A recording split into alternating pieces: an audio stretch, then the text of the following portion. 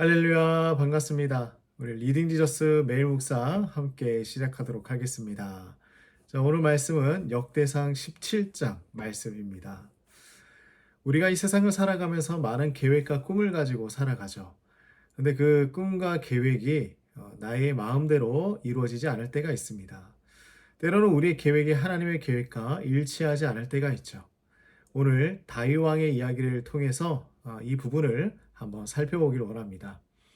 다윗의 계획은 이랬어요. 무엇이냐면 다윗은 자신이 백향목으로 된 집에 살면서 하나님의 언약궤는 성막 안에 있다라는 것이 참 불편했던 것 같습니다. 그래서 이에 대해서 나단 선지자와 이야기를 하는데요. 다윗은 하나님을 위해 성전을 건축하고 싶어 했어요. 다윗의 목적은 선한 마음으로 시작한 것이죠. 하나님을 위해서 내가 무언가를 하겠다. 하나님을 경외하고 사랑하는 마음에 나왔던 계획입니다. 하지만 하나님의 반응은 달라요. 나단 선지자를 통해서 전달했던 하나님의 메시지는요, 다윗의 계획과는 달랐습니다. 하나님은 다윗에게 성전 건축을 맡기지 않으셨어요. 하나님의 이러한 반응은요, 인간의 계획이 아무리 선해 보인다고 할지라도 그것이 하나님의 그 궁극적인 계획과 일치하지 않으면 이루어지지 않는다는 것이죠. 그러므로 우리는 알 수 있습니다. 우리 자신의 계획을 세울 때 하나님의 주권을 인정하면서 세워야 한다는 것입니다. 무엇이냐면 하나님의 계획, 하나님의 뜻에 맞추어서 우리가 계획하도록 노력해야 한다는 것이죠. 우리가 세웠던 그 계획이 이루어지지 않을 때에 하나님의 뜻이 무엇인가 더 귀를 기울여야 하는 것입니다. 나의 계획이 실행되지 않는다고 해서 실망하며 낭망하는 마음은 우리에게 도움을 주지 못해요. 우리의 계획이 하나님의 계획과 다를 때에 우리는 그럼 무엇을 해야 하느냐? 하나님의 지혜와 인도를 더 신뢰하는 마음을 가져야 합니다. 자, 다윗은요, 나단을 통해서 들었던 그 하나님의 메시지에 어떻게 반응합니까? 자신의 계획을 내려놓습니다. 이것은 하나님의 의지에 순종하는 것, 이것이 얼마나 중요한가 그것을 우리에게 가르쳐 주고 있는 거예요. 우리의 계획이 변경될지라도 하나님의 계획이 우리의 삶에서 최선이라는 것을 인정하는 것입니다. 당연하지 않겠습니까? 우리의 계획보다 하나님의 계획이 더 확실하지 않겠습니까? 우리의 선한 의도조차 하나님의 그 더 큰 계획에 맞추어서 조율할 필요가 있다는 거예요. 우리의 계획을 하나님의 계획에 맞추는 것이죠. 자, 우리가 이렇게 할 때에 하나님의 뜻에 순종하며 나아갈 때 하나님은 그러면 어떻게 우리에게 보여주실까?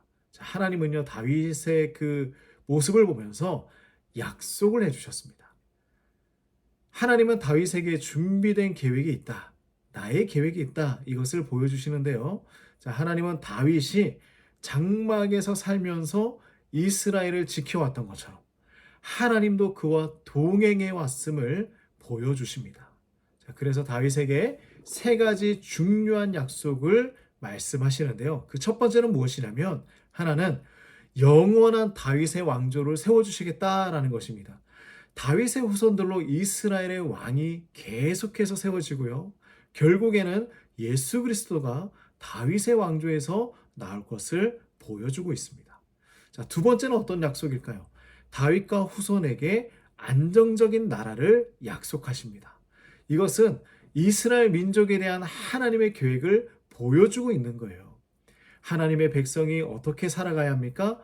평화롭고 안정된 삶을 살아갈 수 있도록 하나님께서 약속하시는 것입니다. 자, 세 번째는 무엇이냐면 다윗이 아닌 그의 후손이 성전을 건축할 것이다 라고 말씀하시죠. 이것은 솔로몬이 나중에 성전을 건축함으로 인하여서 하나님의 약속이 성취됨을 알 수 있습니다. 자, 이 성전은요, 하나님과 하나님의 백성들 사이의 관계를 보여주는 것인데요. 다시 말해보면, 하나님께서 자신의 백성과 영원히 함께 하시겠다는 약속입니다. 너희의 삶 가운데 내가 거하겠다. 함께 있겠다. 이 약속이죠. 그러므로 하나님의 계획에 순종함으로 다윗은 놀라운 하나님의 약속을 받았던 것입니다. 다윗 개인만을 위한 약속이 아니라 이것은요, 이스라엘 전체와 또한 우리 인류 모두에게 주시는 약속이 되었던 것이죠. 자, 이 모든 약속의 성취는 어떻게 이루어집니까? 예수 그리스도가 이 땅에 오심으로 인하여서 그 약속이 성취되는 것입니다. 자, 다윗은 이 놀라운 하나님의 약속에 그러면 가만히 있었겠어요? 아닙니다. 반응하죠. 다윗은 하나님 앞에 나아가서 자신을 종이라고 말하며 하나님의 약속에 대해서 겸손함을 보여주고 있습니다. 네, 하나님, 제가 종입니다. 그렇게 하나님의 말씀에, 하나님의 약속에 순종하겠습니다. 자, 자신과 자신의 가문이 이러한 큰 약속을 받을 자격이 없다는 것을 인정합니다. 하나님 앞에서 자신을 낮추면서 진정한 겸손을 보여주고 있는 거예요. 그리고 하나님께 감사를 표현하죠. 이 모든 약속이 자신이나 자신의 가문만을 위한 것이 아니라 하나님의 주권적인 계획이었음을 인정하는 것입니다. 자, 우리가 이 부분을 잘 적용해야 하는 것입니다. 우리가 하나님께 기도하고요, 하나님의 응답이 일어나길 기대하면서 나아갈 때 이 일이 단순히 나의 유익만을 위한 응답이 아니라는 것, 이것을 알아야 합니다. 하나님은 우리의 간구에 응답하시면서 하나님의 더 크신 그 계획을 성취해 나가시기 때문입니다. 나를 통하여서 하나님의 계획을 이루어 가시는 것이죠. 그러므로 우리의 기도는 확장되어야 하는 것입니다. 다윗처럼 하나님의 약속이 이루어지기를 기도해야 해요. 그리고 하나님께서 우리를 사용하셔서 온 민족에게 축복의 통로가 될 수 있도록 하나님 나를 사용하여 주시옵소서, 이렇게 소망해야 한다는 것입니다.